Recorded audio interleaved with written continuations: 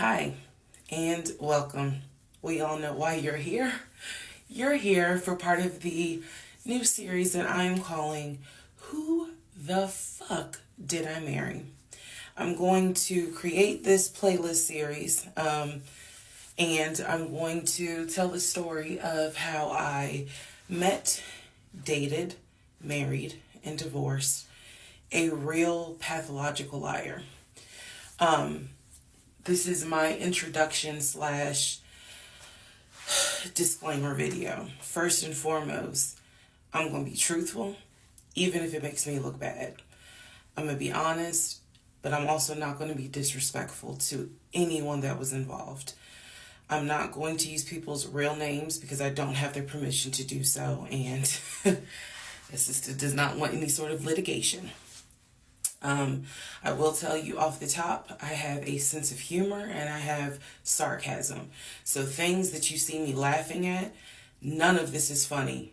But in order to get through it, I have to laugh. If I cry, I cry. I'm human. I'm a woman. This was traumatic. I'm going to do the best I can to upload as much of the story as I can, because I know people get so annoyed with the follow for part 4, follow me for part 17. I'm just going to do the best I can to keep uploading the videos each at a time. I'm going to go in order from the time we met until the time I got our divorce decree in the mail. So that is a lot of time to cover. Please give me the grace to just get it out. It may not be all in one day. It may not be all in 2 days.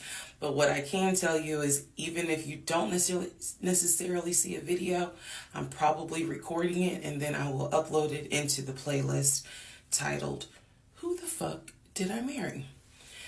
What else do I need to cover ahead of time? Because I feel like this video is important to give some sort of context. So that way when people jump into the series, they kind of can figure out, oh, let me start at the introduction video and then work my way through.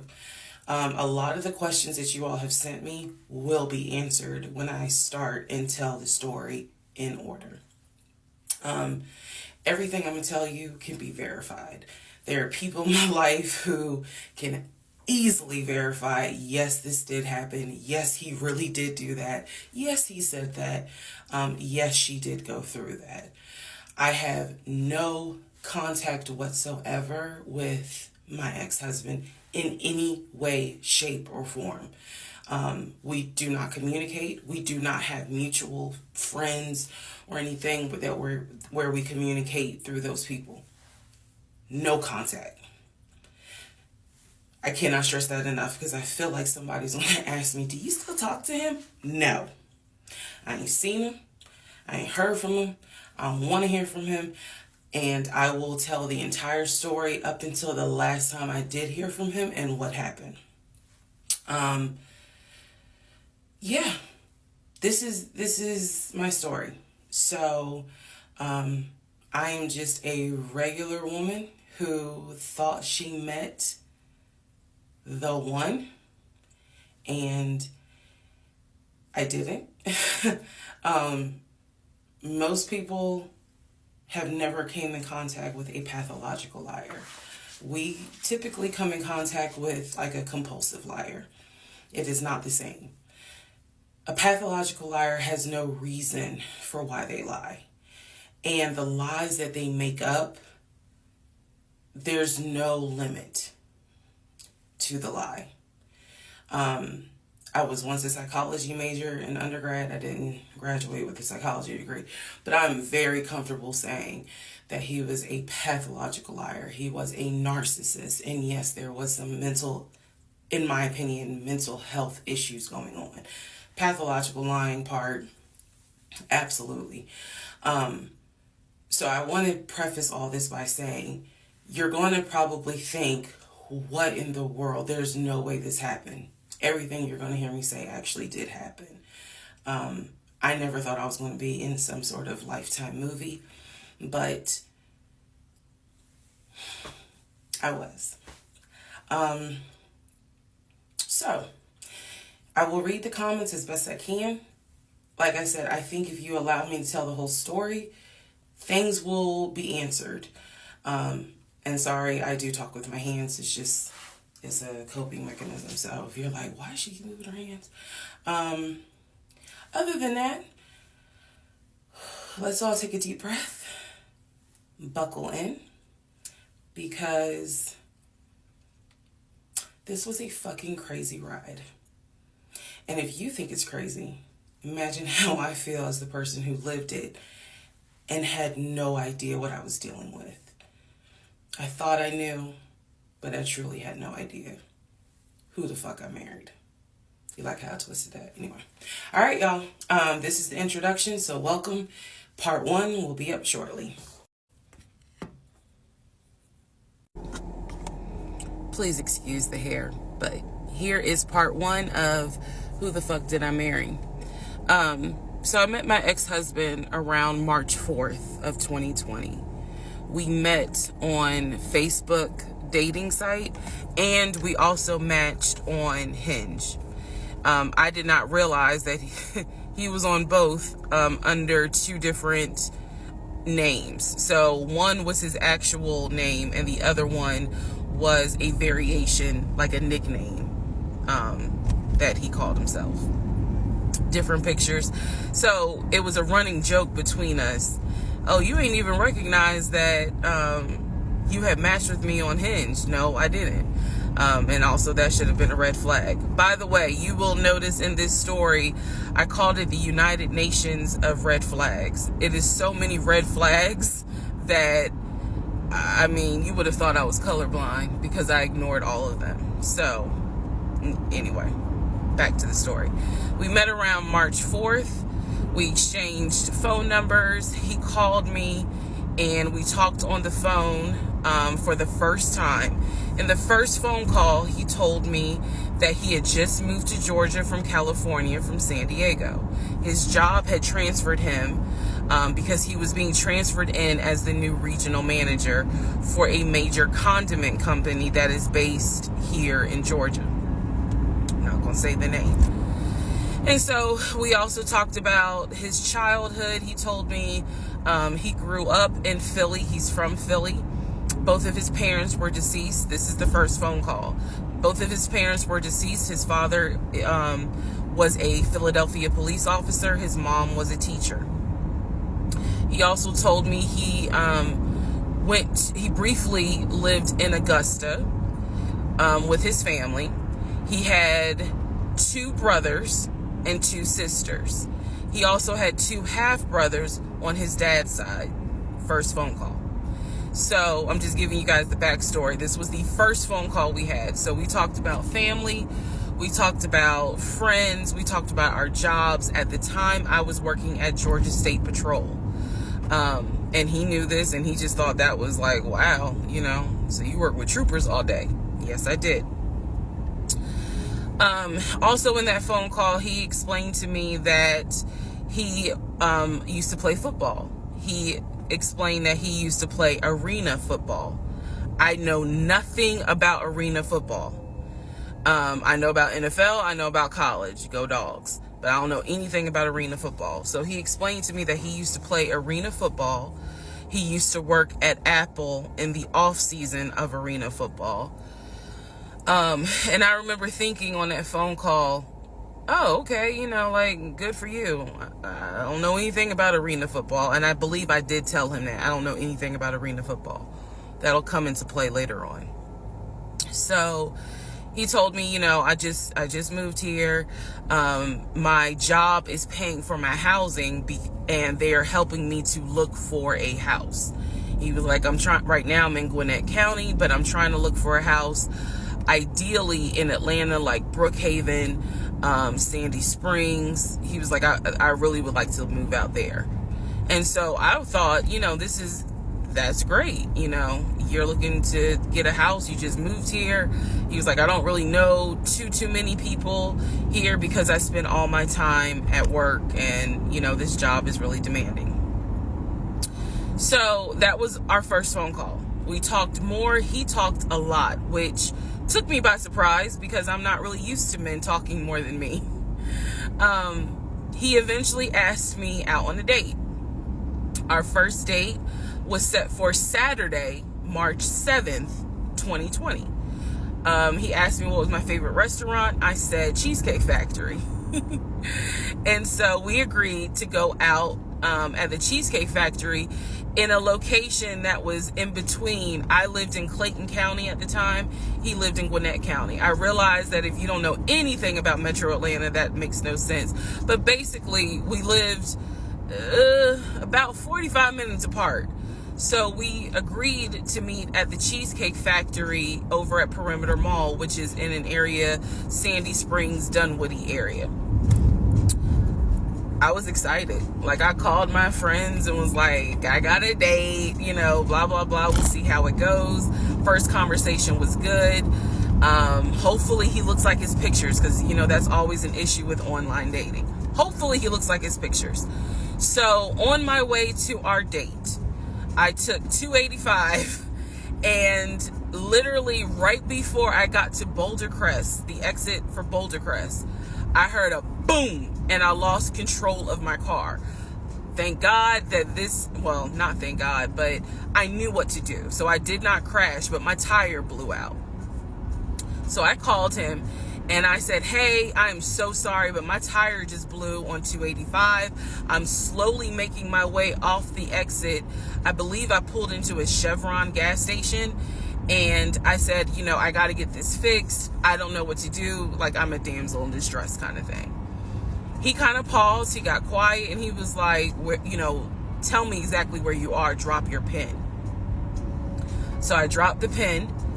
And he came to the gas station. Got out the car. And I was so relieved that he actually looked like his pictures, that I was like, oh my God, he's actually attractive, because he's like 6'4", 6'5".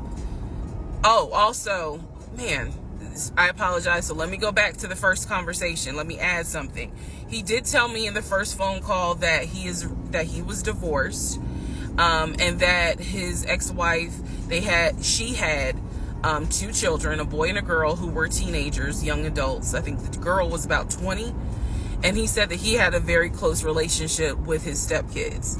But that he and his ex-wife had divorced because she cheated on him out in California. And so coming to Georgia was a new beginning for him.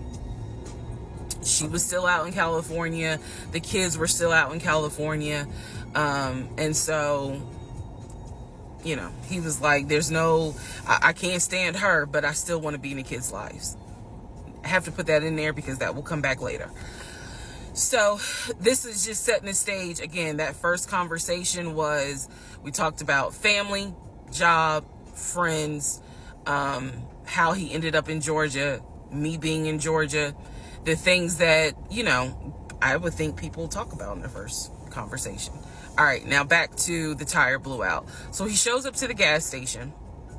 He changes my tire, which I just thought was the sexiest thing in the world. And then he proceeds to say, hey, I found a tire place around the corner. You need to get another tire. Like, you can't drive on this donut. So he followed me to the tire place, and then helped me get a tire, paid for it. So I was definitely like, wow. And so the vibe was good. So anyway, I get the tire fixed. We follow each other to the Cheesecake Factory over in Perimeter. We hold hands walking into the Cheesecake Factory. So in my mind, I'm like, this. Oh my God, I had butterflies. That's the look of a woman who had butterflies. So I had butterflies. And we go in, there's a long wait. And so we sit outside and we just talk. And the conversation's great. And this is where he tells me what it is he's looking for. He tells me, I believe at the time he was 42. He was like, I want to get married and it be for real. He's like, my parents were married 40 plus years before my mom passed away, and I want that. I want marriage, family, a house. Like, that is what I want. He's like, I'm as a man, I'm ready to get married, but I want it to be for real, because the first time, it really hurt me when she cheated on me. So he's telling me everything that I wanted to hear. And so he was like, what is it that you want? And I said pretty much the same thing. I was like, I'm ready to get married. Definitely want to have a family. And I want to marry my best friend. So we both put on the table that we wanted marriage. And this is the end of part 1. All right. Who the fuck did I marry? Part 2. So we both put on the table what it is that we wanted. We both had established we were dating for marriage. We were not dating just to date. We were not trying to be friends with benefits and none of that. So the dinner at Cheesecake Factory went really well. We laughed, we joked, we talked about people, which is kind of up my alley, my sense of humor. It was a good vibe. So at the end of the date, at the end of dinner, we sat in his car and he played this song for me by John Legend. I don't know the name of the song. By the time this video posts, I will put the name at the bottom. I can't remember the song. I just remember that John Legend was talking about, I think I met my wife tonight. And I thought it was a sign. So I was like, oh my God. So anyway, we ended up sitting in the car talking just about life and experiences until about midnight. So during this conversation, he again is telling me how it was, what it was like living in California, how he went out there. He went to San Diego State. He played football for San Diego State. He talked about how, he loved it out there, so he stayed. That's when he joined the company. And then he explained that he also did arena football, but only did it for about 2 or 3 years. He claims that while he was doing arena football, the team that he was on won a championship. But again, keep in mind, I don't know anything about arena football. So I was like, okay, I didn't know that they had championships. And he was like, he got a little offended, like, yeah, they got championships. And, he was on that team. So he talked to me about how he worked at Apple. He worked something in the IT area of Apple, but it within the store. Again, it was one of those, it's like when I tell people I used to work at Amazon. I really wasn't paying much attention to it. Why?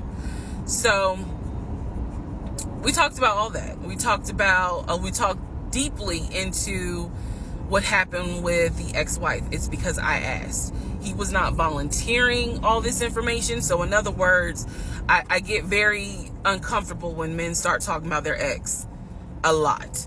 That's not what happened. I was asking questions because I was really trying to figure out, okay, are you ready for a relationship, or are you still missing her?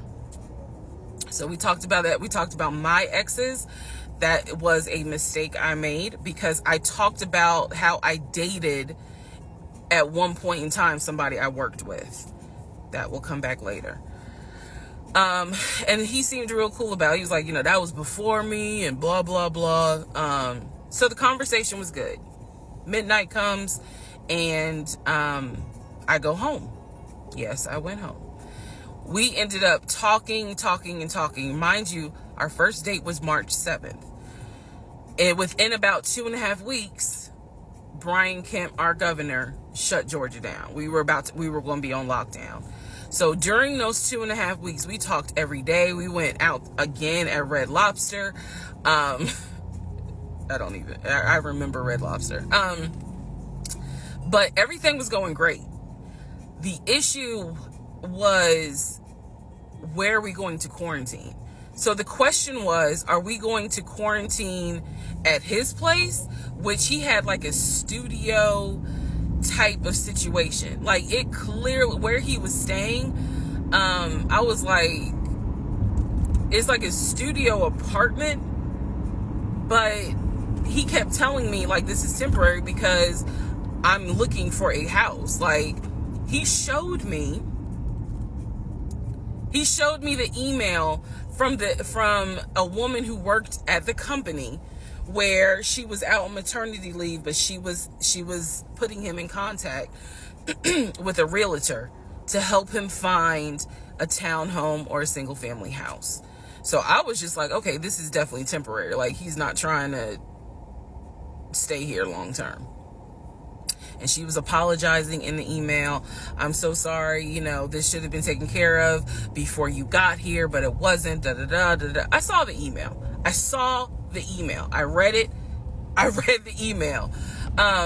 So the decision was, we're going to quarantine at the studio, or we're going to quarantine in my house? First mistake I made. Well, there's a lot, but this was a mistake I made. So ladies, caution moment. During one of our dates, because keep in mind, in those 2 weeks, we were seeing each other quite a bit.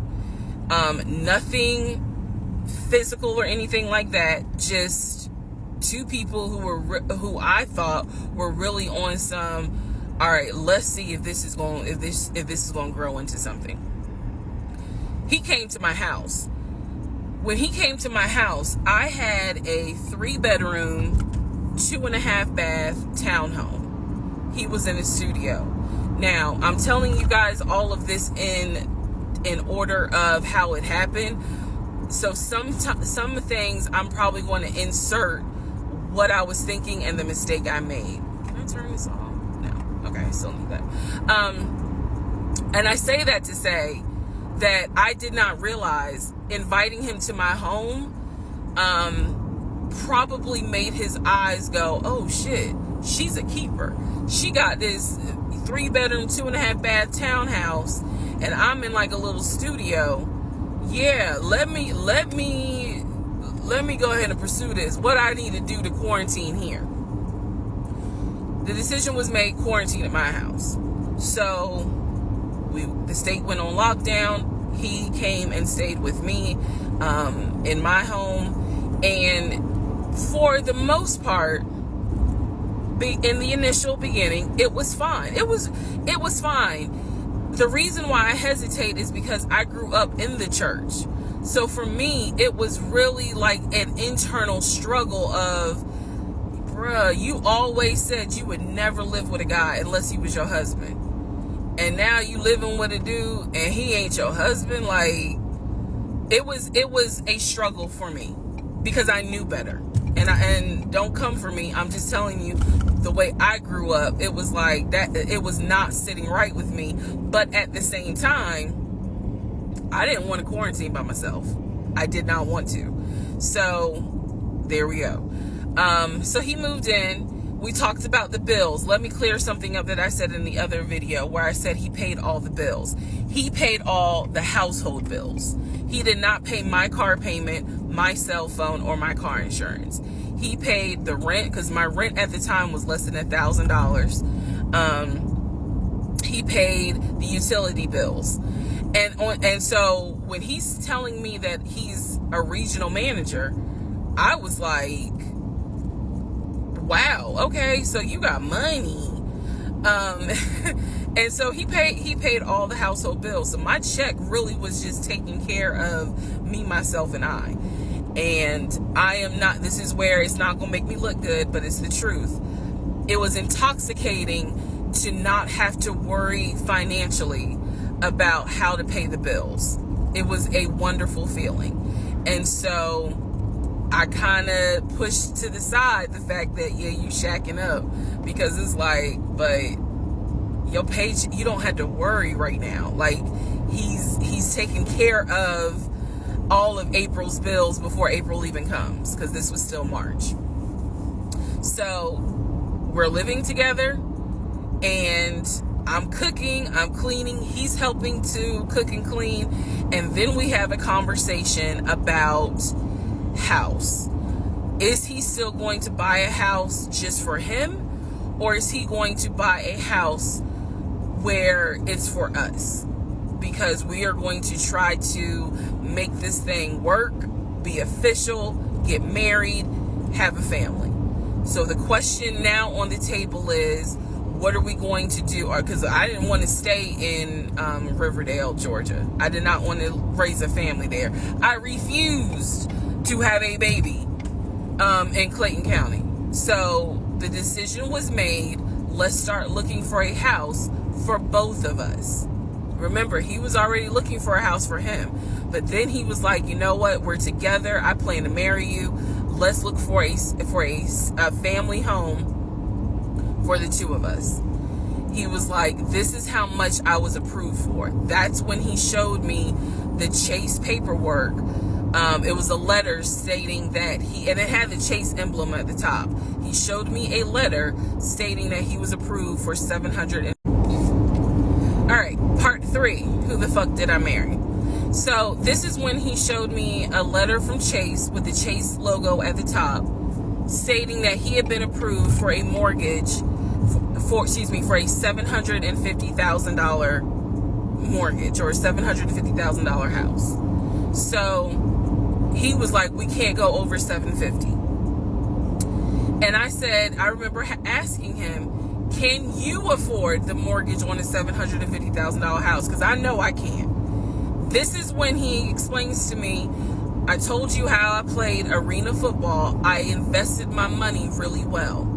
So he said, I have money that will help pay for the mortgage. He was like, we're good. Like, I'm financially, I am okay. He was like, that's why I'm able to get approved for $750,000 mortgage. So he told me that his money was in different savings accounts. He said he had an account with Chase Bank, he had an account with US Bank, and he had an offshore account. This is what he told me. The offshore account, I was like, why? And he explained something about, the US, the US imposes taxes on money when you have a certain amount in US banks. He was like, so everybody knows that it's smart to have some money in an offshore account. Y'all, look, I live paycheck to paycheck. I was like, okay, that's whatever. I said, so you have the money to pay for a home. I'm also holding in my hand a letter from Chase saying that he was approved for $750,000. So I went off of what I saw. So we contacted a realtor. I won't say his name, but man, if he ever sees this TikTok, I owe this man such an apology. But we contacted a realtor who was based in Cobb County, because I was very adamant I wanted to move back to Marietta, Smyrna area in Cobb County, Georgia. He was fine with that. His whole attitude was, you're going to be my wife, happy life. So we met a realtor. I would find houses that I wanted to tour. Keep in mind that this was COVID. So at the time, we could not tour a home. It would have to be a virtual tour. So this particular realtor, we found a house in Douglasville, Georgia. Not Cobb County, but nevertheless, it's in Douglasville. I was fine with Douglasville. So we found a house in Douglasville, Georgia. The realtor did a FaceTime tour of the house. The house was a nice home. 5 bedrooms, 4 baths. So we did a FaceTime tour of the home, and the home was listed, I believe, roughly 400 and something thousand. I really liked the house. I could see myself living there. I could see us living there. Could see us with the kid there. This is now April, just for timeline purposes. This is April. So he really liked the house. He was like, you know what, we'll put an offer in on the house. He was like, if you like it, because again, it was COVID, we weren't going to be able to see the house in person because the family still lived there. So he said, I'll put an offer in. We'll see if it's accepted. I said, okay. So he puts an offer in. He's telling me he put an offer in. I need to clarify some things he told me and the things that I actually saw.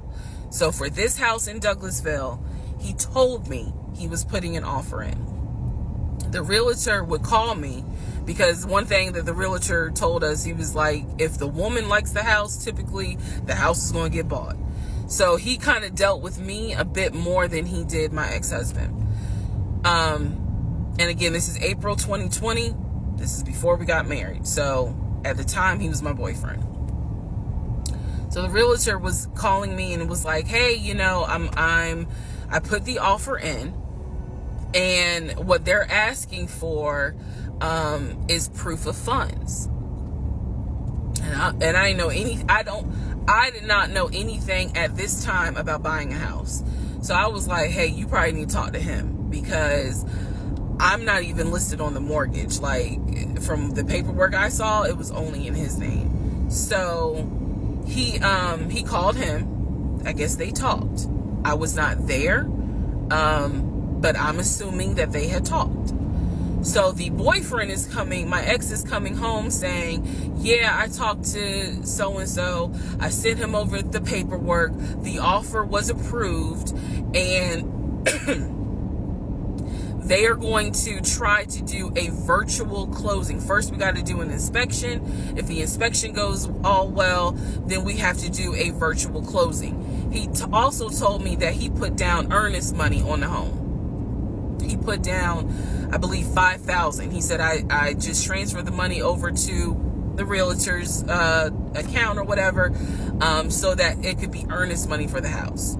So I'm just like, okay, great. He was like, so realistically, this is April. We should be able to get in that house by June. Okay, no problem. So this is what he told me.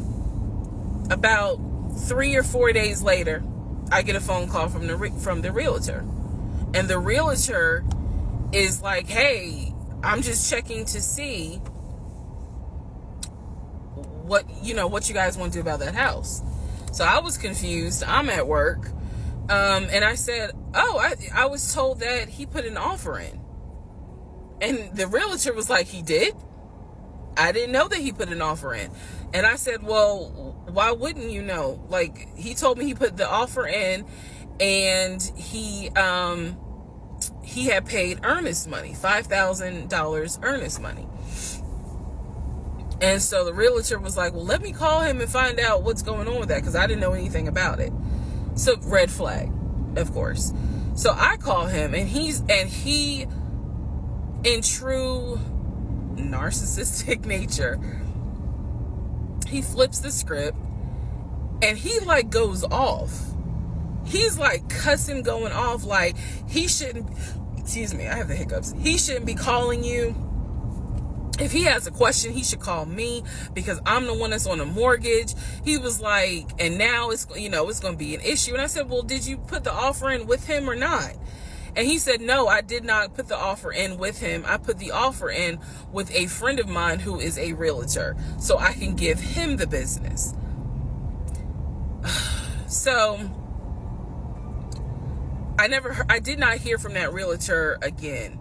So I was just like, is the house under contract or is it not? He was like, yes, the house is under contract. This is how crazy things work out.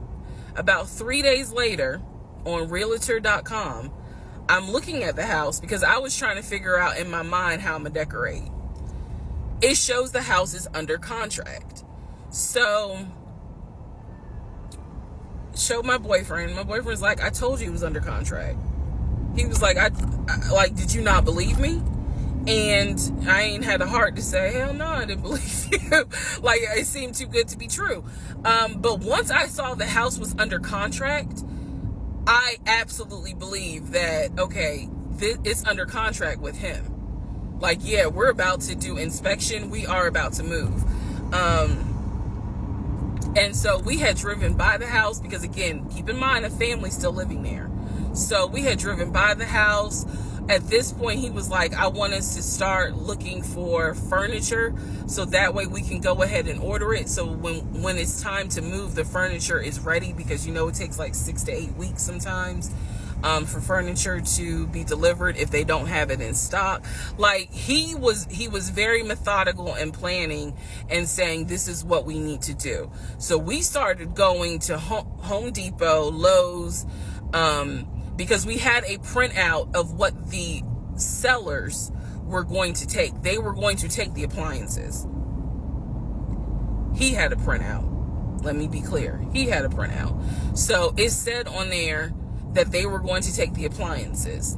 So we needed to get a new stove, new refrigerator, new microwave, all that stuff. So we went to Home Depot and Lowe's, and I went ham. I chose all these new appliances, and here's where we get into the shopping. All right, part 4. So we go to Home Depot, we go to Lowe's. I'm choosing all these appliances. He's taking pictures of the SKU number. We had representatives helping us, and he basically explained to them, hey, we're buying a house. We should be closing sometime in June. Can we order this stuff now? Can I put a hold on it? Like, what can we do? Because we're not ready for delivery. I stood there as the Home Depot rep said, we can hold it in our warehouse. Like, you can buy something and we can hold it. People do it all the time, especially with COVID. So I watched him pay. I want to say it was about it was either $350 or $500. I watched him pay a deposit on a whole new set of appliances for them, and they were going to hold it until we were ready for delivery. I watched this. So I was like, okay, good deal. Like, we got the appliances. Next, let's go to Rooms to Go and Ashley Furniture and find actual furniture. So we went all around Rooms to Go. We went to Ashley Furniture. We went to American Signature. And I saw all these things that I wanted. Again, he's taking pictures of it. He was like, I can go online and order it. I didn't think anything of it because, again, I just saw that we held the appliances. So I was like, okay, that's fine. So April turns into May. May 2020 comes. This is where things start to get a little interesting. May comes, and obviously we had not done inspection. And I'm asking him all the time, what's the deal with the house? He was like, oh, because of COVID, they're trying to get someone to do the inspection. But the guy that they had, it was always something. The guy they had caught COVID, so they're going to have to get somebody else. And he's like 15 houses backed up, so it'll be a while. So at this point in May, I know I look crazy. In this point in May of 2020, I started recording audio diaries. I don't know why. It was something just made me just start recording my thoughts in an audio diary, and I still have them. And I would save them by the date, and I would just start talking about what's on my mind. So I was like, I knew there was something was nagging me, like, but I kept pushing it out of my mind. I was like, you saw, this is what I reminded myself. You saw him pay for the appliances. You know the house is under contract.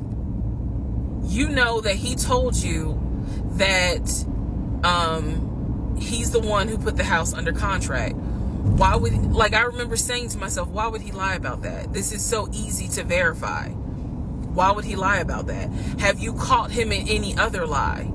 And at the time, the answer was no.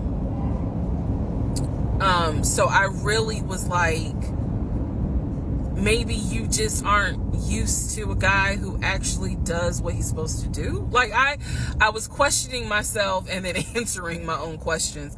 So, inspection didn't happen. Around mid-May, I found out I was pregnant. May 2020. When I found out I was pregnant, he was ecstatic and I was like, oh shit. The reason why I was oh shit is because, number one, I'm plus size. Number two, because of my age, I felt like it was probably going to be a high risk pregnancy. And I wasn't married.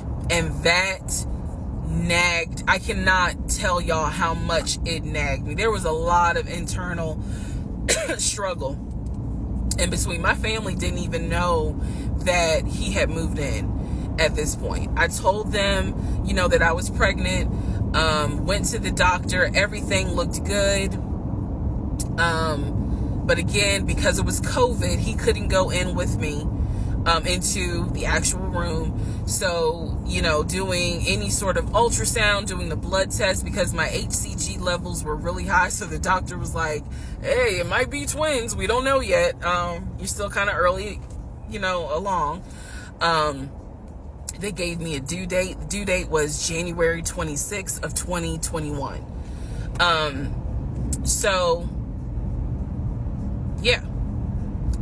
May, found out I was pregnant. So there was now more of a push into, we got to get a house. We got to get the fuck up out of here. I'm not having a baby in Riverdale.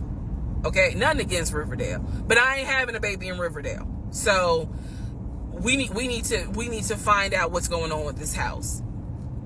And so he was on top of it. He had an answer for everything. He was like, I'm gonna call and find out what's going on, blah, blah, blah. He then magically told me about a week later, oh, they're going to do inspection on the house, like in 2 days. So I was just like, okay, keep in mind, I'm taking his word for it. I'm taking his word for all this. So he's like, they're going to do an inspection. Once we get the inspection report back, then we will know what we are going to be responsible for. What are we getting ourselves into? So, I guess they did an inspection. He showed me an inspection report. Only thing that they said that the roof had just recently been replaced, which I remember he was very happy about. And the issues that there were for the house were minor. It was not a bad, because we did have a discussion about it. He was like, it's nothing that we can't handle. Then he said that we were set to close the end of May. We were set to close the end of May. He told me it was going to be a virtual closing. You're probably like, what the hell is a virtual closing? Because again, he's saying because of COVID, people are not closing in the office. They're doing a virtual closing where you would need to electronically sign the paperwork. This is what he's telling me. And so he was like, we're set to close like just before Memorial Day. And so for some reason, again, there's still that nagging part. For some reason, I didn't start packing. Anyone that knows me will tell you I hate moving. I've done it enough in my life. I hate moving. But I did not start packing up that house at all. I was just like, I'm pregnant. My body was changing so fast that it was like I can barely keep my eyes open half the day. And so, no, I didn't start packing. And I remember I did record, again, I was recording audio diaries just about every day. When something didn't sit right, I would verbally record it in the audio diary because I was like, I don't know what it is, but there's something. That was the theme of our relationship. I don't know what it is, but I know there's something. And so I remember talking to myself in my little prayer closet, because that's where I would do my recordings. And I remember thinking, what if we don't get this house? Like, what if we don't get, what if he's lying? But again, there goes that thought process of, why would he lie about this? Like, who makes up that they're buying a house when in fact they're not? And then he's showing you all this paperwork. Like, come on, you can't be that jaded that you don't even believe what's in front of you. All right? So now we're going to go into part 5. Okay, part 5. Who the fuck did I marry? So I'm questioning all this stuff in my head out loud on my audio diaries. And then once again, I'm like, but look at what he's giving you. Like, he's paying, it wasn't a question about money. It was just a question of, are we really about to move into this house? And keep in mind, he's paying all the household bills. He still is. So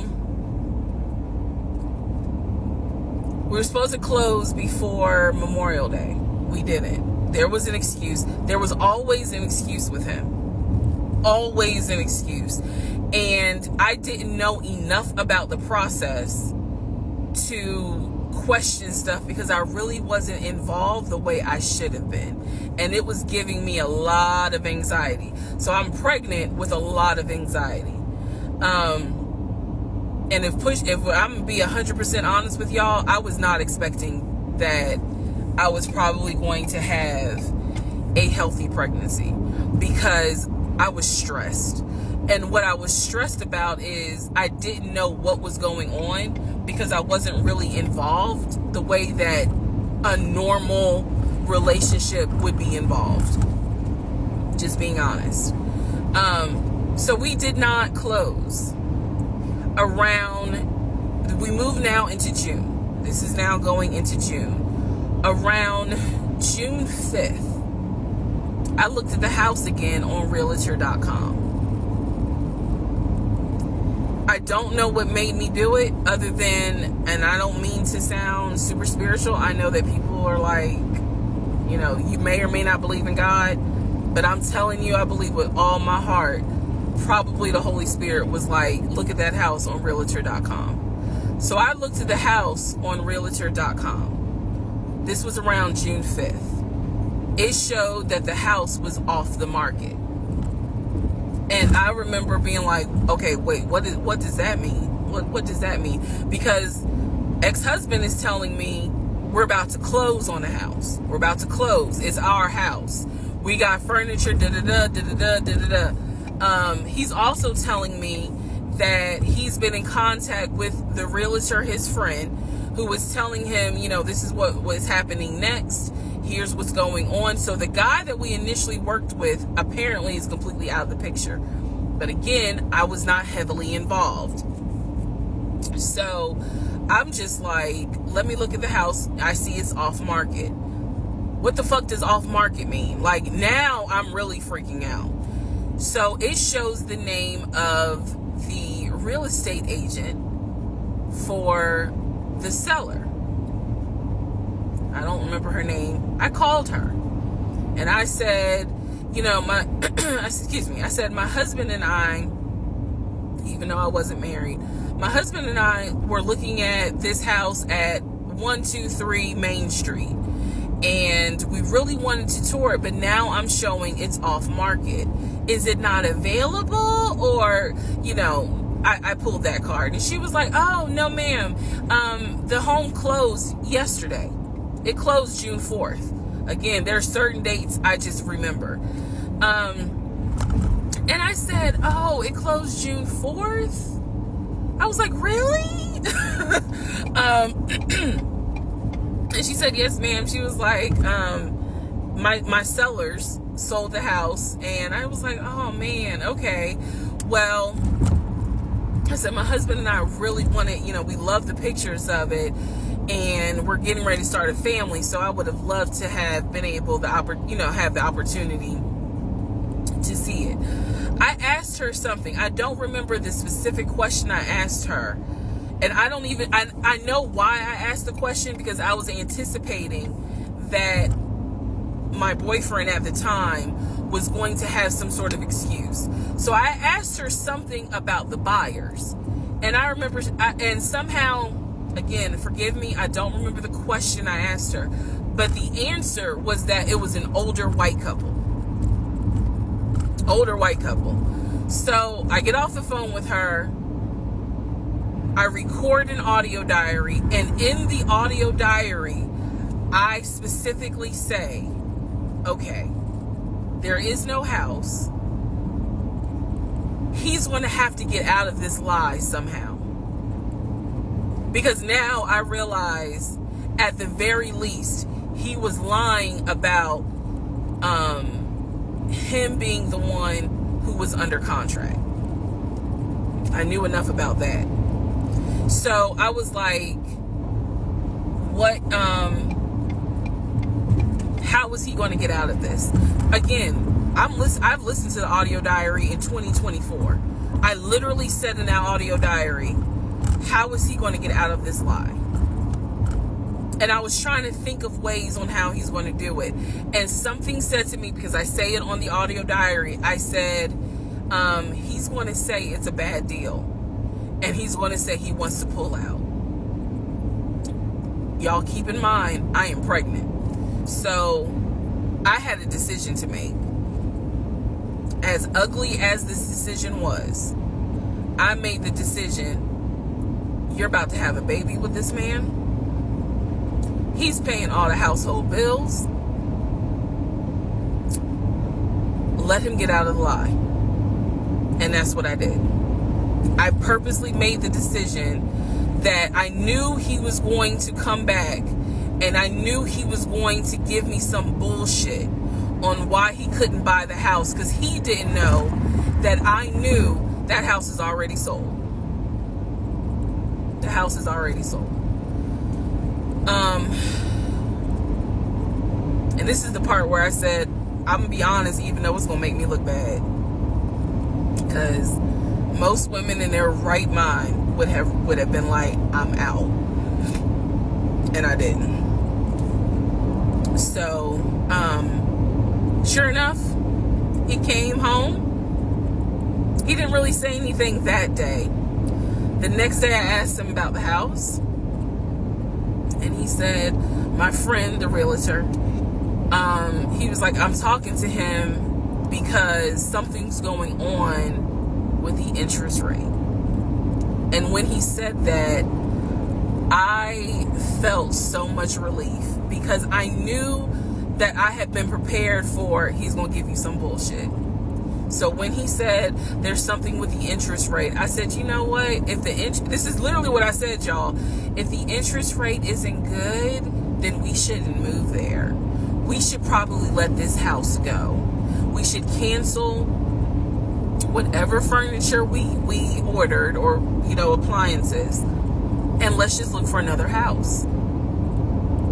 I said I would like to be moved before the end of the year.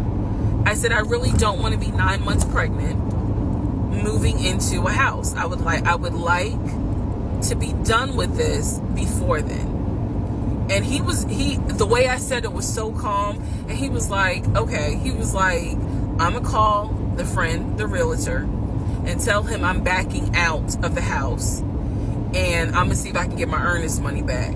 And I remember looking at him. I was standing in the kitchen, and I cocked my head to the side, and I said, okay, get your earnest money back, and let's find another house.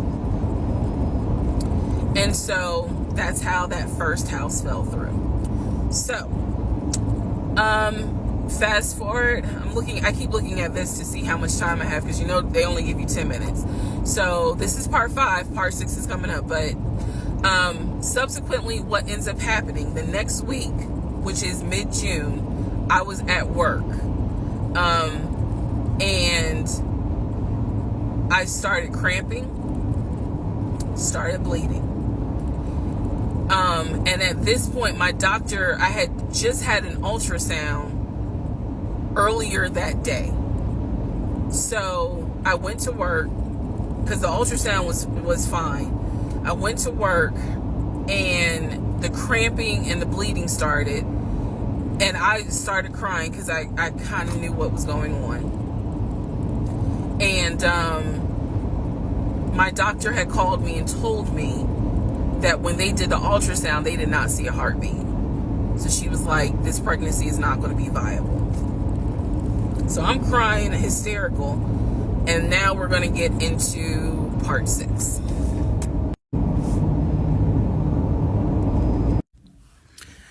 Okay, so this is part 6 of Who the Fuck Did I Marry? So, where we left off. So, obviously, my doctor had called and told me there was no heartbeat, the pregnancy was not viable at that point, and I was cramping and spotting at work. Went into my best friend's office and immediately started crying. She was like, what's going on? And I said, I told her what the doctor said, and she grabbed her keys, grabbed her purse, and was like, let's go, I'm taking you home. On my way home, I called my boyfriend and told him what the doctor said, and he was like, I'll meet you at home. So he was coming from Duluth, went straight home. And so about 24 or 48 hours later, I had a doctor's appointment, and my doctor gave me 3 options. First option, let everything happen naturally. Your body will expel the fetus on its own. Second option, you can take a pill which will induce expelling the fetus at home. The pill basically will cause you to contract and expel. The third option was to go into the hospital and do a D&C. I did not want to do a D&C because I did not want to be in a hospital with COVID going on. And for whatever reason, I did not do the option of let it happen naturally. So I chose to do the pill. His birthday was June 17th. My ex's birthday was June 17th. So the decision was made, we're going to celebrate his birthday that day, go out to eat. And then that night I would take the pill because we both were off from work the next 2 or 3 days. So went out to eat to try to celebrate as best we could, and then took the pill that night. That night was the most traumatic, excruciating pain I've ever put my body through. I do not recommend any woman, if prayerfully you don't have to go through that, but I don't recommend taking that pill. If you don't have to, don't do it. I spent the whole night in the bathroom just crying in so much pain. They gave me a narcotic. I couldn't take it because I found out I was allergic to it, so it was causing me to like projectile vomiting. It was a mess. So, and he was right there. You know, he was scared that he needed to take me to the ER. But in the morning, the pain kind of subsided. So about 72 hours later, I had another doctor's appointment where the purpose of this appointment was to do an ultrasound to see if everything had passed. Everything did not pass. So because of that, my doctor was like, we're going to have to do a D&C. My D&C was scheduled for the first week of July. My boyfriend, my ex, was going to take me. That was always the plan. 2 days before my procedure, he comes home and tells me that he is up for a promotion. He's up to be promoted to VP. Because of this, the president of the company, is coming in, and it was going to be this huge business meeting he had to go to. The business meeting was scheduled for the day of my surgery. And so I'm throwing a fit because I was like, you there's no way you can do that meeting. Like, I need you to take me to the hospital and all this other stuff. And so he offered to have his sister take me to the hospital. Apparently his sister lived in Douglasville. I was like, no, because I've never met her. Like, I'm not having a stranger take me to the hospital. No, this is a private situation. I don't want to do that, blah, blah, blah. So my aunt had offered to take me, and then my friend who took me home from work had offered to take me. So at that point, we get into an argument because he's like, my sister is, you about your family, so why can't she step in? And I was like, nah, because I don't know her. Period. I don't know her. So my friend offers to take me to the hospital because I was all distressed that he's saying he has a business meeting and he can't take me. So I remember being on I-75 on the connector on the phone with her crying because I was so embarrassed that he wasn't going to be the one to take me and that I was needing to rely on someone else to take me to the hospital in order to get a D&C done. And she was really great. She was like, girl, this is why you have a village. Like, it's okay. Things happen. The world is crazy right now. I will take you. You're going to be okay. So he did not take me to the hospital for my D&C.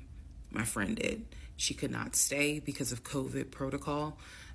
So when they wheeled me into pre-op after I got checked in, I texted him and was just letting him know, hey, here's the update.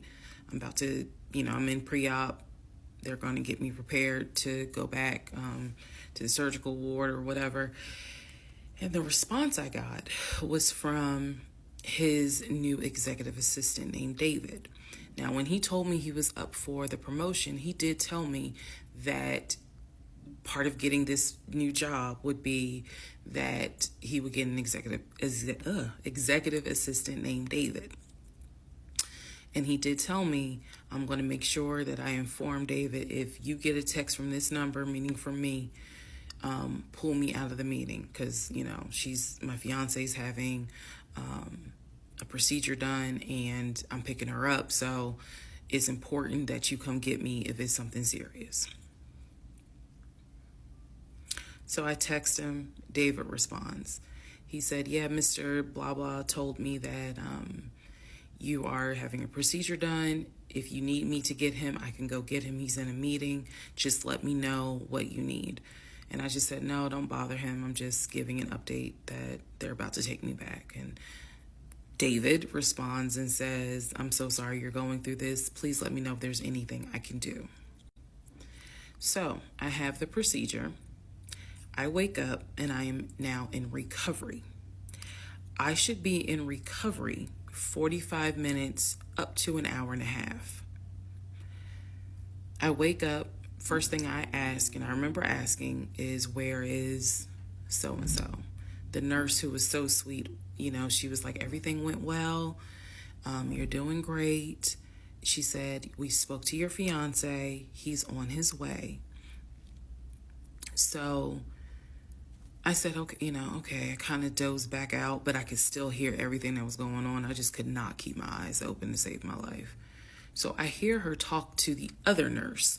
And that's when she said, yeah, Dr. So-and-so called her fiance and his executive assistant picked up. And the executive assistant said that he was in a business meeting and that, you could relate to him what you need to say and he'll tell the fiance. And my doctor was like, hell no, HIPAA, I need to speak to him. So apparently my fiance called the doctor back about 30 minutes later, and the doctor informed him she'll be ready to be discharged in about an hour. You can make your way and come pick her up. He said he was on his way. He was on his way from Duluth to Atlanta, which is not a huge distance, but the time of day, one thing about Atlanta, there's always traffic. So he should have been there within the hour. I should have only been in recovery an hour and a half. Let's go to the next part. Part 7, who the fuck did I marry? So I should have been in recovery at Northside Hospital for about at most an hour and a half. Subsequently, I ended up being in recovery between 3 to 3.5 hours. The nurses kept calling my ex, asking what's the status, because they were actually getting ready to do a shift change. So they kept calling, asking what's the status, like, where are you? I want to say that they called a total of 3 times and they spoke to him twice. So at this point, I knew that they were all like, where's her fiance? Like, what is going on? He said he was stuck in traffic, and so he was making his way there. He eventually did get to Northside Hospital, and they wheeled me down, because again, he couldn't come in, just because of the protocols. So when I got in the car, and I'm in pain, but yet drugged up, couldn't keep my eyes open, I was just out of it. But I remember him calling my aunt and my mother and letting them know, I picked her up, we're on the way home, let me get her settled, and then I'll give you guys an update. I remember that. What I did not know was that he had texted my aunt and my mom and asked them to not bother me for like a week. Like, just please don't reach out to her. Let her just rest. I am from New Jersey. I am from an African American family. You don't tell my black mama or my black aunt that, please don't bother her for a week. I didn't know this at the time, but I'm just interjecting that part. I'm trying to stay in the timeline, but he did apparently do that, and my aunt was like, "Well, I will fuck you up." Anyway, so go home. He waits on me hand and foot. I recover. Just needed about 24 to 48 hours to just get my mind right. During this time, in between when the house in Douglasville fell through, we had not talked about a house. So I guess it was about a week later, after the DNC, he decides that, do you want to start looking for a house again? Excuse me, I have hiccups, y'all. Do you want to start looking for a house again? Because of what happened with the house in Douglasville, I felt like I was smarter this time to say, I want to be involved in every aspect, because I don't know what the fuck happened with that house in Douglasville. But what I do know is that he lied to me. I didn't know then what I know now. I just knew he lied about I knew he lied about being under contract. So I told him, I said, I don't want to work with your friend who I've never met, never talked to. I know that he has talked to him because he's talked to him in front of me. And I'm going to demonstrate on one of the videos how he used to do his phone calls. Don't worry, it's coming.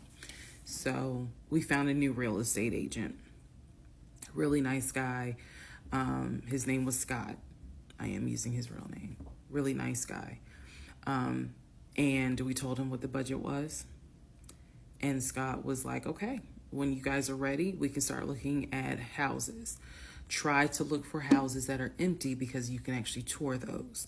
If it's a house where someone's already living in there, chances are it's going to have to be a virtual tour because of COVID. So I found a house that I absolutely, in total, we must have looked at about 15 houses. But I found a house in Smyrna that I absolutely loved. We toured the house. Everything about this house was perfect. The house was listed for $699,000. It was a brand new construction build. The only issue was that the basement was not finished, and he wanted the basement to be his man cave. Again, I went with him to tour this house.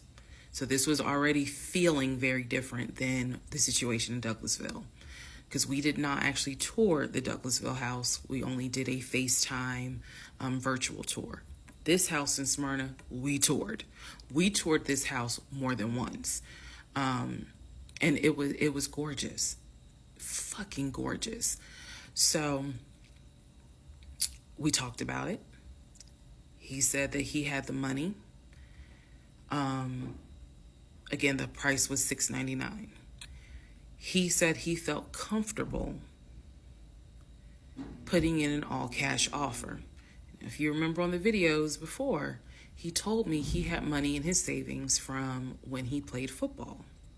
So when he said an all-cash offer, even I knew, you got that kind of money? Like, where you can cut a cashier's check for $699,000? And he told me he did.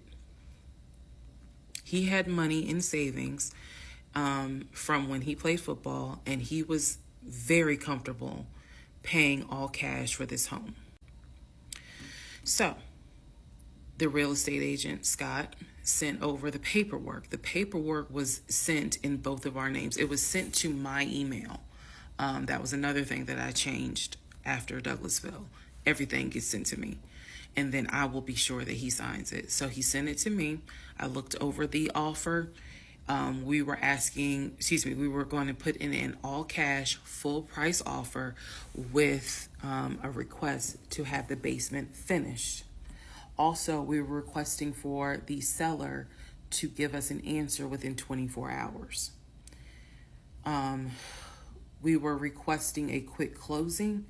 These are just some of the things I remember. I remember 24 hours, like I didn't want to wait on y'all think about it. 24 hours, let us know if you're accepting the offer or not. And then also a quick closing because it was a new construction. So we didn't have to wait for the current tenant to move out. We didn't have to do that. So I watched in our bedroom as he pulled it up, because it was a electronic document. He signed his name to the offer for $699,000 cash. He requested again, the seller let us know in 24 hours if they were accepting the offer. So we submitted the offer at around 6 p.m. We were requesting that by 6 p.m. the next day, they let us know if the offer was accepted or not. I watched him sign the offer. I sent the offer back to Scott from my email. All parties had signed. Scott texted us and said, I got it. I'm submitting it. I will let you know what they say. Let's go into part 7. Sorry. Let's go into part 8. Good grief, this is getting long. Okay, so I just want to clear up some things that I realized is kind of creating some confusion. So just allow this video to serve as a stop sign. Let's clarify. First of all, the story, background. He was born in Philly, raised in Philly, and moved to Augusta. Story is that he moved to Augusta for high school. After high school, he went to college at San Diego State. Enjoyed San Diego State, stayed in San Diego for quite a while. Got married out in California, had a house in California, played arena football out in California, but his family was back here in Augusta, Georgia.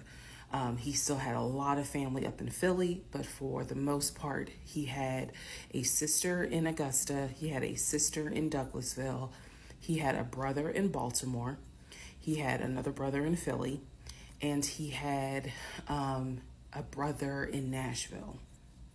So I just want to clarify that in terms of not the demographics, but the geography.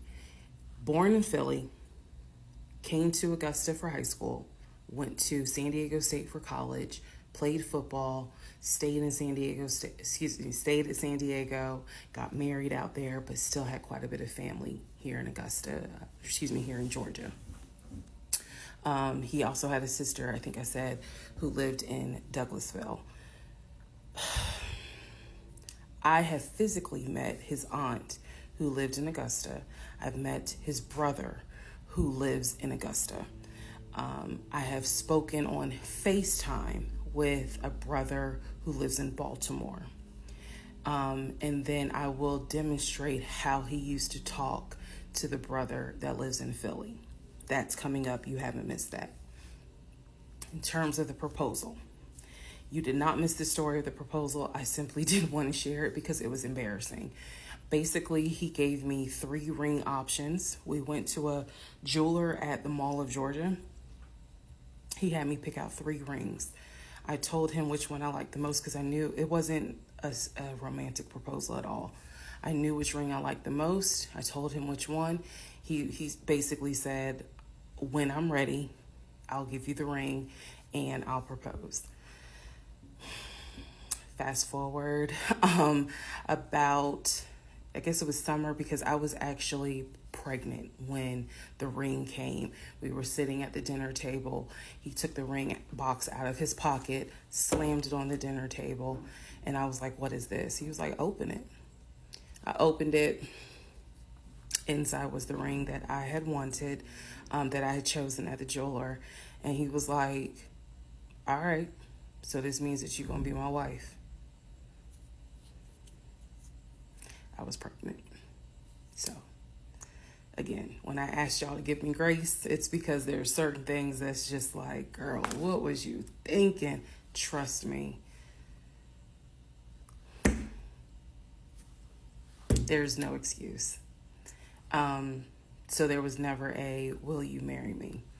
It was more of a, we're living together, we're having a baby together, we need to get married, because the backstory also was that his dad was a retired police officer, but at one point his father was a pastor. So he could quote the Bible like nobody's business, as we all know. So can Lucifer. But anyway, he could quote the Bible like no one's business. And so that's how we ended up engaged. And I was wearing a ring. I will find a picture and I will try to post it. But I was wearing the ring. Don't worry, there's more to that story as well. So just wanted to clarify some things for the people who were like, wasn't it weird that he had a sister who lived close, but he's from Philly? So I just wanted to definitely bring clarity to what he told me was the backstory. Born in Philly, came to Augusta for high school, went to California for college, played football at San Diego State, played football and arena football, worked at Apple, and then joined the condiment company in California, who then transferred him back to Georgia. He was married in California, and he told me he got divorced in California. That is important as well. That will come up again later. And so the ex-wife, at this point in time, at the time that I'm telling you, part 7, which is the last video I just posted, the ex-wife lived in California with her 2 kids, his 2 stepkids. The 2 stepkids were 17 and 20 or 21, but they were that age group. And he was saying that he was very close with them, so he wanted to keep a tight relationship with them. And he talked to them, if not every day, every other day. When I say, when I say this, I need y'all to understand. When I say that he talked to someone, it means that he was on the phone in front of me talking to the person. I hope that, because I will touch back on this. He was on the phone in front of me talking to the person. So he talked to his siblings every day. He talked to his aunt almost every day. He talked to his family the way I talk to my family almost every day. And again, I will demonstrate how he used to do the phone calls. I will also demonstrate how he used to do the work phone calls, because he called me every single day from work. And he would talk to people while he was on the phone with me. And I could hear people in the background. But that's a whole nother part. So again, buckle your seats. I promise I'm reading your comments, I'm reading your questions, but I wanted to bring this video just to clarify some stuff. Hopefully this helps. And honestly, I know people are fascinated by this, but more than anything, I hope that there's a woman watching this and she's saying to herself, okay, it's time for me to ask some questions. That's my hope. All right, part 8 of Who the Fuck Did I Marry? So we submitted an offer on the house in Smyrna. I sent it over to Scott, our realtor, and next day comes, Scott asks if we can take a phone call. So he calls us and tells us that the offer was not accepted and the builder did not do a counter offer. We don't exactly know why. We don't exactly know why he didn't accept it, but the bottom line is that we figured out later on that he didn't want to finish the basement. So the offer was not accepted. The house fell through. I was okay with that because, again, I knew he had put in an offer. So we continued looking at other houses. We found another house in Smyrna that he really liked. I thought that it was way too big for just the two of us. And so the price of this home was much higher than the $750,000 that Chase had approved for the mortgage.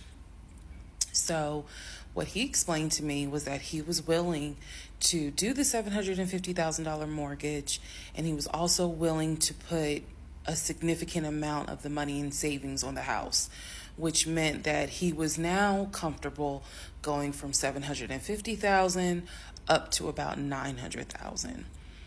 Again, his whole explanation was, I have the money where I can put down a substantial down payment, bring down the price of the home, and then basically mortgage the rest of it. So that was now the plan. I was not comfortable with a home over $900,000. But again, keep in mind, I saw the Chase paperwork. So I was like, I just feel more comfortable sticking at the $750,000 mark. That's what you were approved for. Let's go with that. By this point, this is now fall of 2020. We had been talking about marriage. I had my ring. He had made VP at the company. And again, he was calling me every day from work. I need to kind of explain how the company was ran, because when you think VP, you would think he would be in an office. It was a condiment company, so they actually were producing the condiments, and I'm not saying the name of the company on purpose, but they were producing the condiments in this particular plant location. So a lot of times, he would simply tell me that he walked the floor, checking in with his subordinates, basically. Now, how did he go to work? For the most part, at this point, he left before I woke up. However, pretty much he wore dress pants, kind of like a dark navy blue cargo pant, and he had a polo shirt with the company logo on it. What I saw a lot of times is that he would not wear the polo shirt to work. He would wear like a company t-shirt. He would wear rubber sole shoes and the navy blue cargo pants. I didn't think it was a uniform, but it reminded me of what someone would wear when I worked at Amazon, if you're going to be doing manual labor.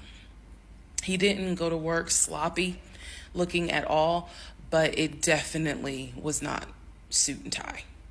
Nowhere near suit and tie. It is fair to note that outside of work, he was a man who he loved to dress.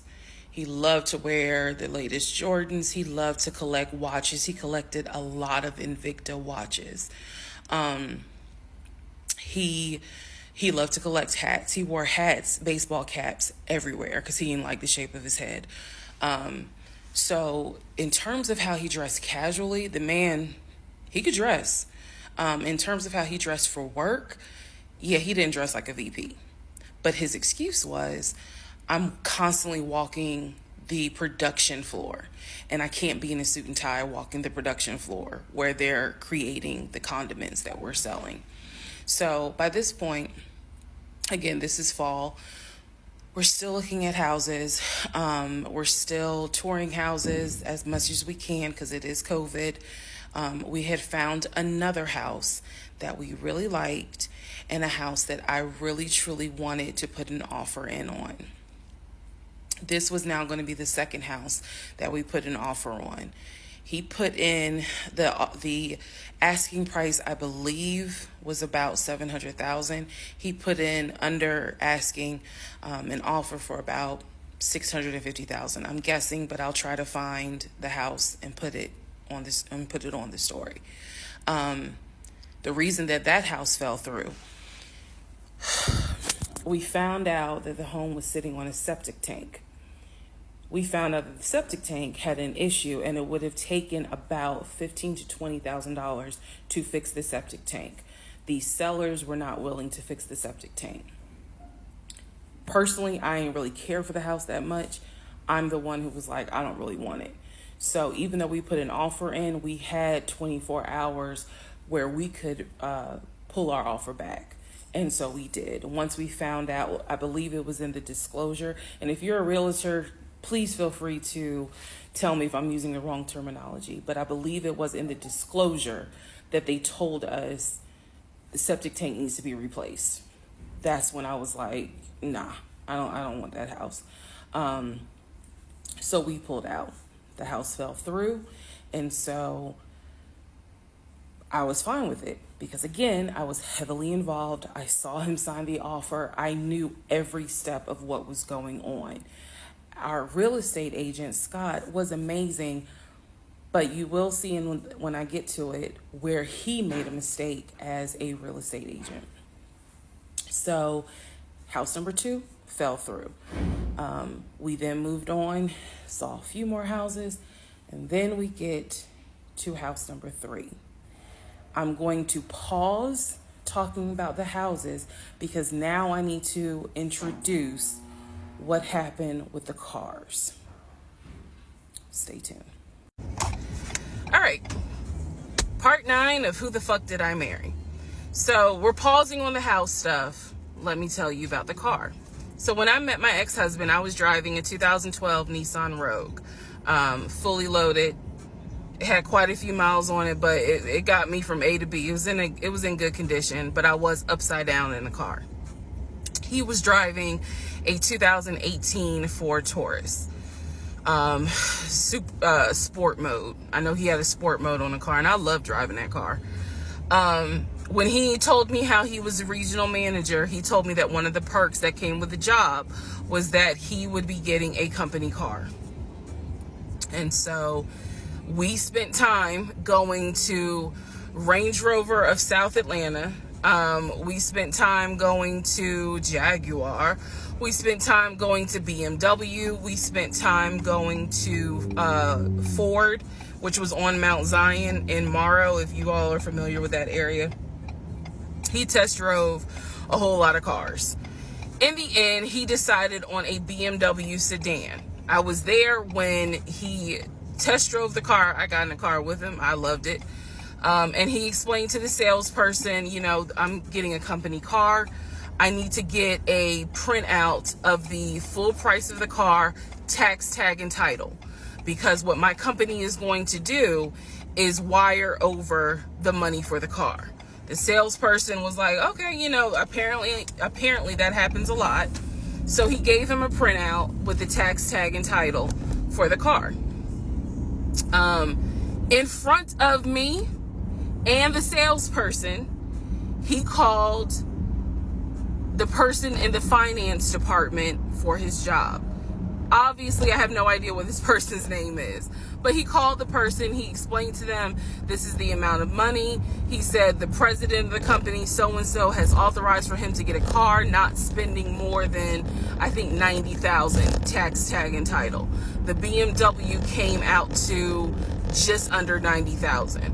And so I remember this conversation so fucking vividly. So he's on the phone in front. I'm sitting down. The salesperson sitting down at their desk, and he's like, they put me on hold.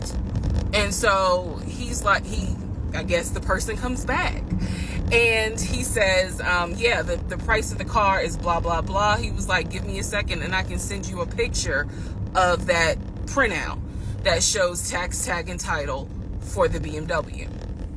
He gets off the phone. He takes a picture of it. He sends it to whoever. He waits about 10 minutes. He calls the person back. He says, did you get it? Apparently the person did get it. But the person who can actually physically do the wire transfer had gone home for the day. So what he says to the BMW salesperson, he's like, okay, we're going to have to do this tomorrow because so-and-so went home for the day. I don't know who the salesperson is. I can only tell you from my viewpoint what I thought. I had no reason to think this was a lie. I really didn't.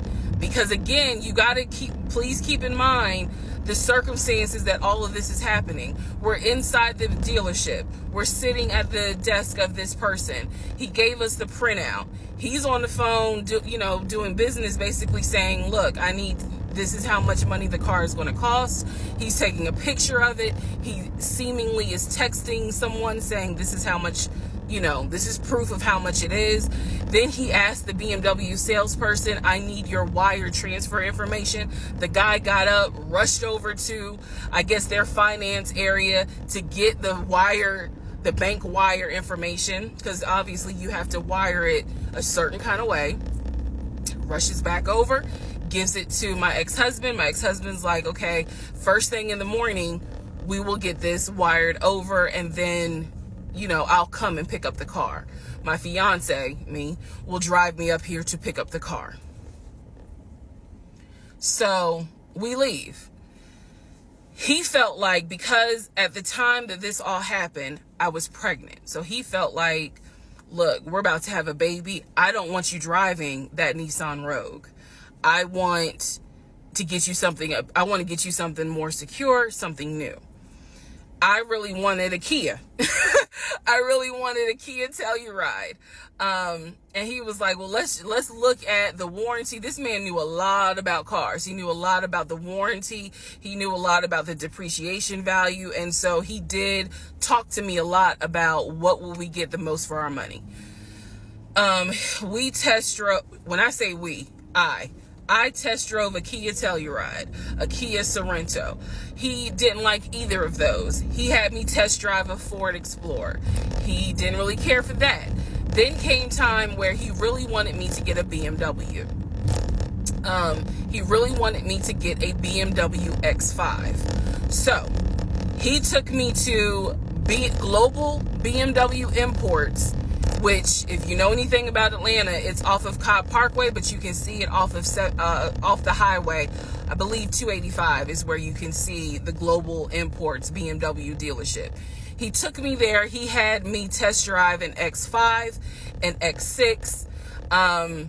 He also had me test drive I think I'm gonna get the numbers wrong, a 525, which was a sedan. I did not like that. I wanted an SUV. I loved driving the BMW. He also had me drive an M-Series, test drive an M-Series. So he was very adamant that I should get a BMW. The reason being is because, according to him, he had a BMW in California when he lived in San Diego. He had a BMW that he loved. It was a white BMW. He showed me pictures of the BMW. So he showed me pictures of this white BMW that he had, and unfortunately, the car got totaled about 2 months before he moved to Georgia. So he had received money, not a lot, but some money to get another car, and he used it to get the Ford Taurus because he was like, I just need a car that's going to get me from A to B until I get into a house and I'm much more settled. For him, he was like, I'm really giving myself 60 days to get settled here in Georgia after moving from California. But then he met me. Again, that's the story. So he had me test drive the BMW. So much so, I loved the BMW. Loved it. I wanted a dark blue BMW with cognac interior. I wanted an X5 and I wanted an M Series. So I can clearly tell y'all that's exactly the car I wanted. We were online looking for that particular car because not every dealership had it. I was okay with a black BMW if needed. But I really wanted dark blue and I really wanted that cognac colored interior. So he felt like, I want you to consider all of a sudden an Audi Q8. Let's just see how you like it. If you don't really like it, then we will go back to the BMW. I cannot tell you why he switched up. I can't. But I can tell you he took me to an Audi dealership on Peachtree Industrial. He test drove an Audi and I test drove an Audi Q8. I loved the Q8. Loved it, loved it, loved it. But I was tired of test driving cars. By this point, I had test driven so many cars. Our weekends were spent either looking at a house or test driving cars. And I was picky, I will admit that. So he had me test drive the Q8. I really liked it. I finally just told him, look, I'm good with either the BMW or the Audi. Because I'm tired of test driving cars. He told my family he was buying me a new car because, keep in mind, not keep in mind, let me let y'all know. He had met my family initially on Zoom because, again, we were locked down. He had met my family. He also had met my family in person because at this point, it was like, look, if you're not showing any symptoms, maybe we can do family dinner. And so we had. So he had met my family in person. And now we will go ahead and move towards part 10 of this series.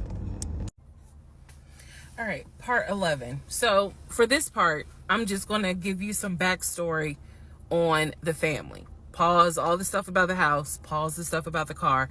This is backstory on his family, my ex-husband's family. All right, follow me. My ex-husband's parents, mom and dad, are both deceased. Mom passed away from cancer. Dad passed away shortly after her. I'm not sure what he passed away from. So he has a number of siblings. He has two, with his parents, he has two brothers. One is older, lives in Philly. One is younger by 2 years, lives in Nashville. He has two sisters. One, Shantae, is older, lives in Douglasville with her husband and two kids, a boy and a girl. Younger sister, Kim, is the baby, lives in Augusta with her husband, worked at, I think he told me, Procter & Gamble. That was the story. He had two half-brothers that were through his dad. One brother lived in Baltimore. The other brother lived in Augusta. The brother that lived in Augusta, I have physically met in person, shook hands, hugged, all that. The brother that lived in Baltimore, I have FaceTimed with, talked to him. The brother that lived in Philly, the older brother that he looked up to, I have never talked to him on the phone. I would always talk to him through my ex-husband. So the conversation would be like, hey, babe, brother so-and-so said, hey. He didn't call him brother so-and-so. We'll call him John. John said, hey. Hey, John. I would be in the bathroom doing my hair, brushing my teeth. Hey, John. And he would be like, did you hear?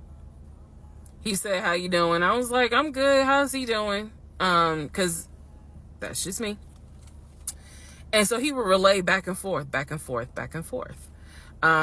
He talked to John every day from starting around July after the grandmother passed away. He would talk to John every morning. We both would be getting ready for work and he would be on the phone with John. They would be talking for 30, 40 minutes, talking about football, talking about other siblings. They would be talking about cars. It was really like not a big deal. They would talk about the brother in Baltimore. They would talk about the brother in Augusta. And then they would reminisce. This is the conversations I could hear. Let me explain. When I say I can hear a conversation, what that means is I am physically standing near him or next to him where I could hear him with the phone up to his ear talking to someone, because it wasn't me. Okay? I may not hear the other person because the phone call may not be on speakerphone. But what I hear is, for example, I hear, "Hey man, what y'all doing? Oh, for real? Y'all barbecuing this weekend? What y'all making? Oh, that's what's up. Nah, I think me and her gonna stay in this weekend because, these numbers is looking crazy with COVID. Yeah, she over here. She's sitting right here. She watched the TV. Okay, hold on. John said, hey. Hey, John. You heard her? Okay. All right, bruh. I just wanted to check in on you. That's the type of conversation I'm explaining. Okay, so I hope that gives a little more clarity about the type of conversations I'm hearing. So, I don't know why this light keeps going out. Okay, so that's how he would talk to his siblings. The grandmother passed away. He called me around April or May and told me that his grandmother passed away. His grandmother, on his dad's side, had died suddenly from COVID. She had symptoms. She went to bed and did not wake up. He was distraught. He was crying. He wasn't eating. He was just sitting there, listening to music, not watching TV, just sad, because he was like, my grandmother was always my support system. So from what I saw, it really bothered him. I did not think anything of it. I'm one of those people, if you tell me somebody in your family passed away, I'm gonna believe you, because I don't play about death. And I guess I expect other people don't either. However, that is not the same for everyone else, but we'll get there. So, family, he had his sister, Shantae, who lived in Douglasville.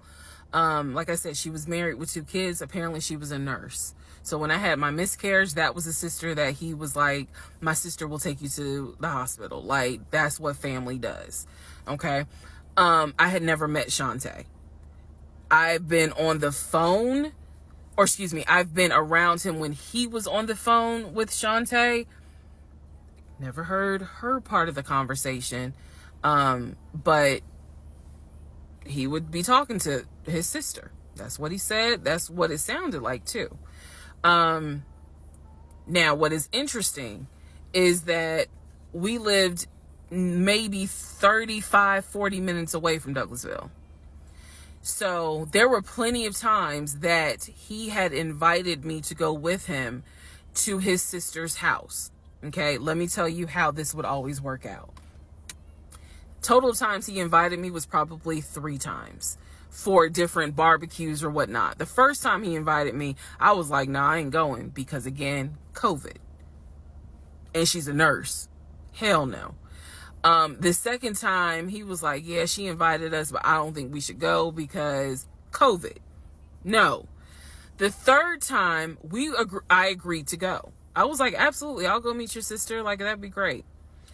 On our way to her house, to Douglasville, to go see the sister, apparently he got a phone call.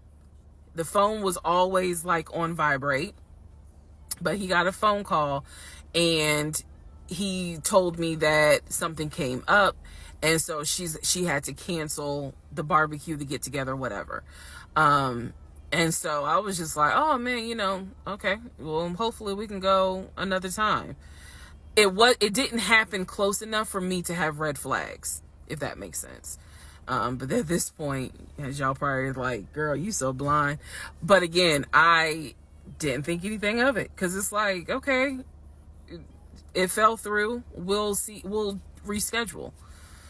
And so we just went out to eat, and then he talked to another brother, the brother from Augusta that he would have on speakerphone. So it was like, I didn't think anything of it. I really didn't. Man. And the more I talk about it, the more I realize, like, I'm not a dumb person, but it just never dawned on me the things that you have to now investigate. It didn't dawn on me, but nevertheless, that is the backstory for his family, right? Grandmother passed away. 3 weeks later, he called me and told me his uncle had passed away from COVID. The uncle had tested positive, had to go into the hospital, and he died. It was a bit of a red flag. It was a bit of a red flag, but like I said, I don't play about death. So I was just like, wow. Because of these two deaths, he became a stickler about COVID. And when I mean a stickler, wear your mask, wear gloves, hand sanitize, wash your hands. Like, he was annoying about making sure neither one of us caught COVID. So now I'm going to give you the backstory in regards to what I was told with the ex-wife. Okay, I know I look rough, but it's okay. It's okay. Anyway, so this is part 12 of Who the Fuck Did I Marry?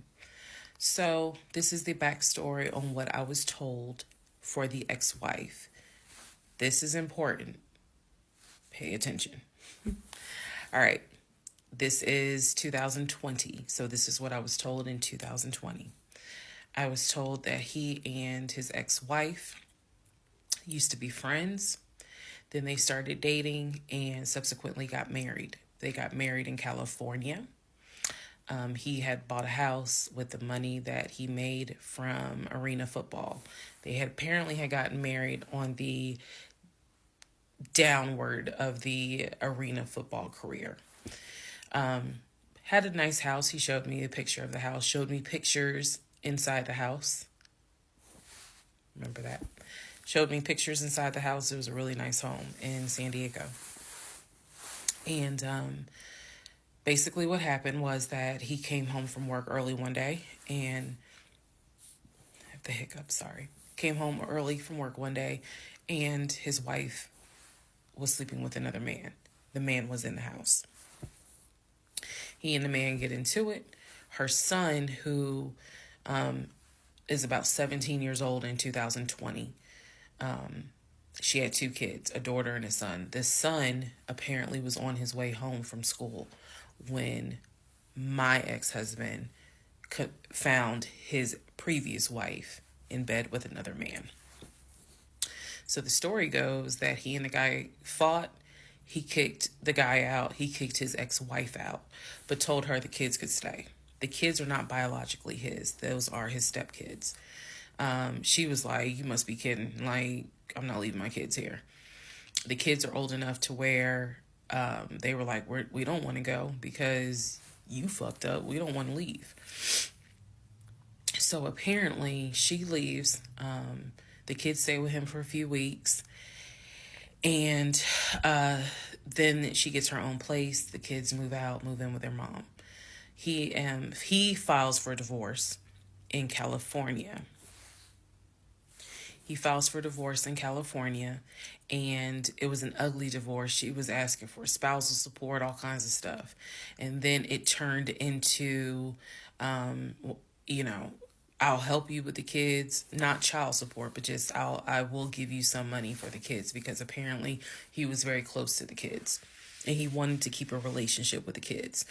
Their biological fathers, apparently there were 2 fathers. Their biological fathers were not in the picture. So the divorce starts out contested and ugly, eventually becomes amicable. Eventually they become cordial with each other. So my ex-husband moved. This is all before he ever met me. So I'm telling you the story of what I was told in 2020. So eventually, about 2 years later, is when his job approached him about an opportunity to transfer to Georgia. And so he took it. New beginning, fresh start. He has family in Georgia. He took it. He told me this story pretty much the second or third conversation we had. So it was always from the beginning that she had cheated. He caught her, and he had filed for divorce, but he was still close to the kids. They still had a great relationship. I've heard him on the phone with the kids, just encouraging them, helping the 17-year-old like with homework. The kids really apparently wanted to meet me, and I was fine with that. He would send them money, if they needed something, because he loved the kids as if they were his own. I'm telling you the story as I was told it in 2020. So, let's see, around April or May of 2020, he informs me that his ex-wife has moved to Georgia. Apparently, she's staying with her sister in Gwinnett County. So, she has moved to Georgia. The 2 kids are now in Georgia. And so, when he tells me all this, I'm like, so what's that supposed to mean? Now, I will say this. He never made it seem as if she wants him back. He never presented that. It was always, no, we're cool for the kids. We're cool for the kids. But he's never presented that she was trying to get him back. I feel like it's fair to her for me to say that. And again, stay with me. It all comes out. But that was the backstory in regards to the ex-wife, that they got married in California, they divorced in California, and then she eventually moved to Georgia, to Gwinnett County, after he had transferred to Georgia for his job. He did tell me that, every now and then he'll get a text message from her. He told me that he, told her when I was pregnant. He felt like she needed to hear that from him instead of hearing it from the kids.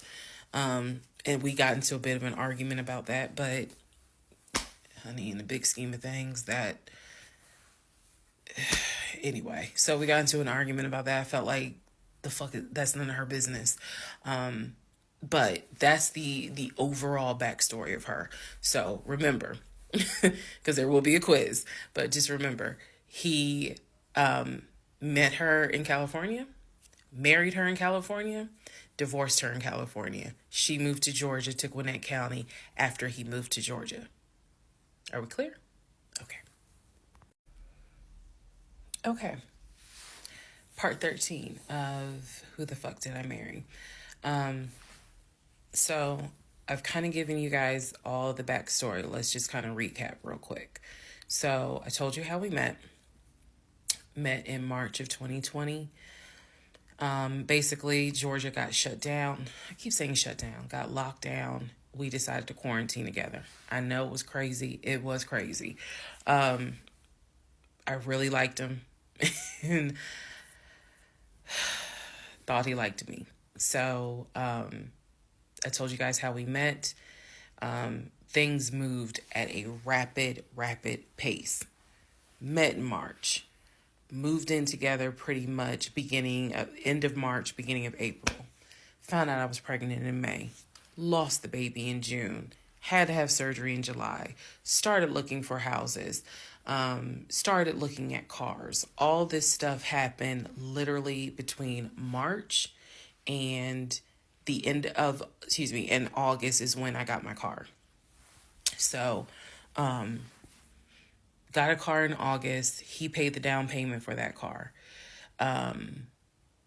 which I was shocked by. And no, it was not a BMW or an Audi. It was a Nissan Altima, but I loved that car at the time.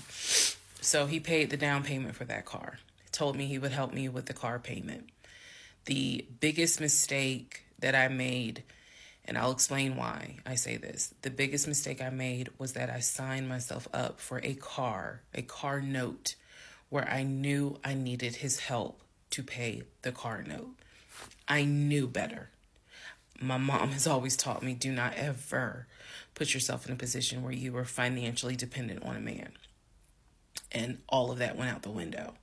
And the reason why I say that was the biggest mistake is because when I have pulled back the layers of this whole monstrosity of life that I lived for 2020 and 2021, it really does boil down to the fact that I truly ended up marrying him more out of fear than anything else. And I'll expound upon that later. But I got the car in August, and by this point I was exhausted of looking at cars. I was mad that I didn't get a BMW X5 dark blue with cognac interior. And I was tired of looking at houses, getting my hopes up, looking at a house and picturing myself in the master bedroom, the kitchen, the island, all that stuff. I'm a visual person, and I was tired of getting my hopes up. So now we're going to segue into fall, going into the holidays.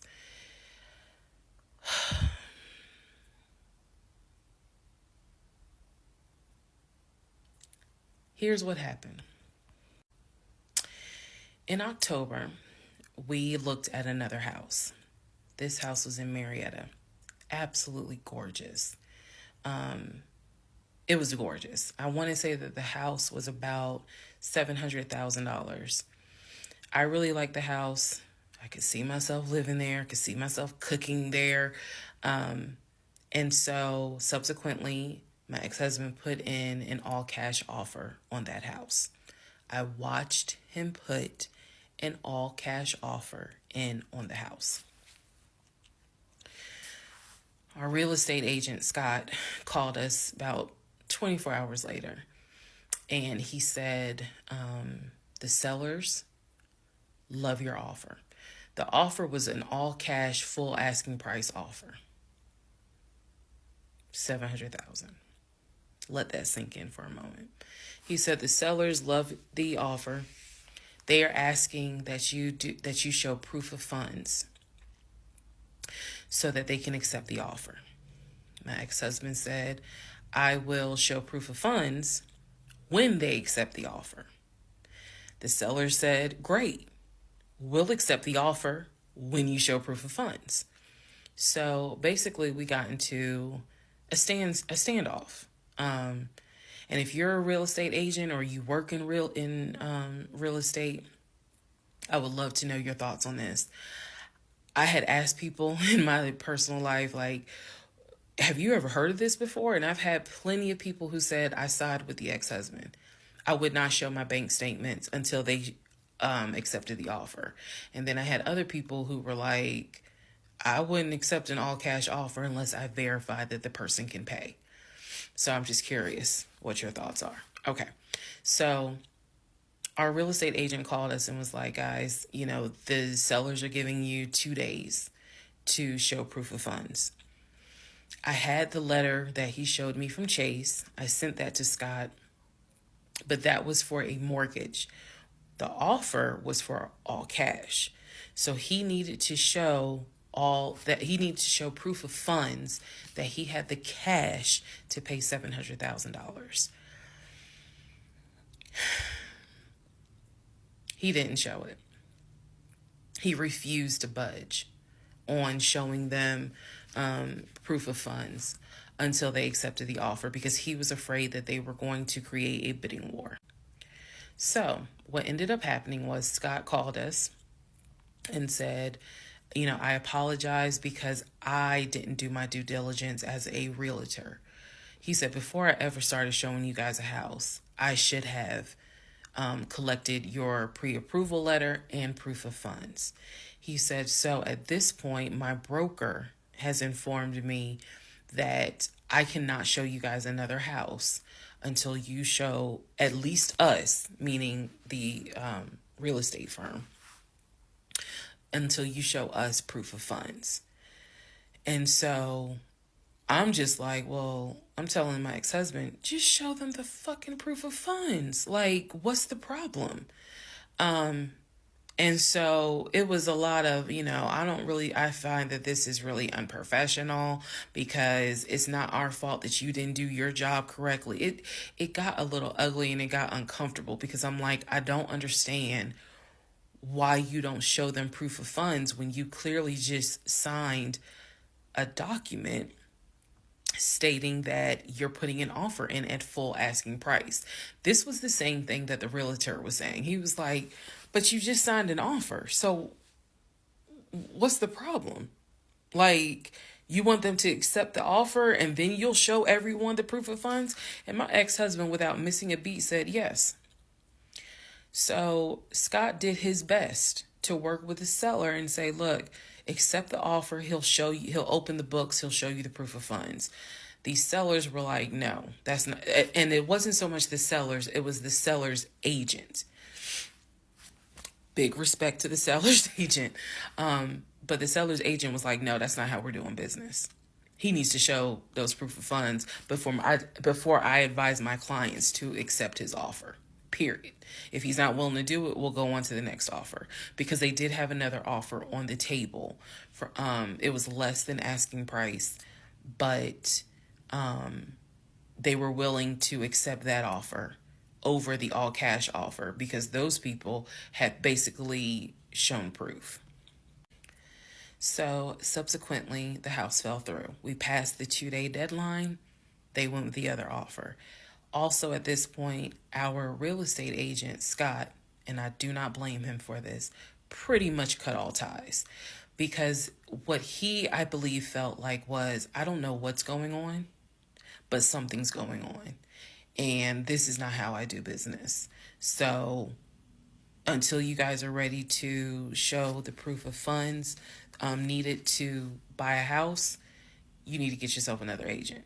Because we were already about 20 to 25 houses deep by this point. We had already put in 2 other offers. They fell through. And now here we are with this house. And once again, it fell through.